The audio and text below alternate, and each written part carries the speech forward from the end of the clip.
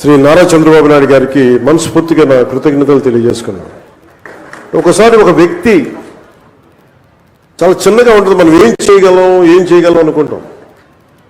నాకు ఆయన్ని గురించి చదువుతూ ఉంటే ఒక నల్లమల పరిరక్షణ కోసం ఆయన పడ్డ తపన, గత కొన్ని సంవత్సరాలుగా ఆయన కొన్ని దశాబ్దాలు 3 దశాబ్దాలుగా ఆయన చేస్తున్న కృషి చాలా ఇన్స్పిరేషన్ అనిపించింది.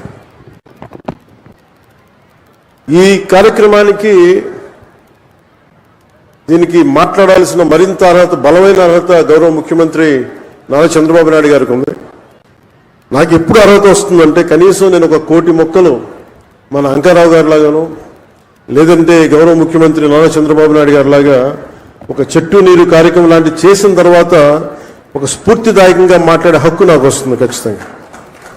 ఇప్పుడు దాకా నేను పర్యావరణం కోసం వ్యక్తిగతంగా చేశాను కొన్నిసార్లు, కానీ నాకు ఇప్పుడు ఈ అటవీ శాఖ కూడా పర్యావరణం 2 నా దాంట్లో ఉన్నప్పటికీ నేను వచ్చే సంవత్సరం ఇదే రోజుకి కనీసం 1 కోటి మొక్కలు నాటి, అలాగే ఫారెస్ట్ ఫైర్స్, అడవిలో కార్చిచ్చులు కనుక ఆపగలిగి, ఇందాక మన అంకారావు గారు చెప్పినట్టుగా, కొమ్మిరి అంకారావు గారు చెప్పినట్టుగా అడవుల్లోకి గొర్రెల్ని పొట్టేళ్ళు మేపడానికి తీసుకుపోయి అక్కడ గడ్డి కోసం కాలుస్తూ ఉంటారు.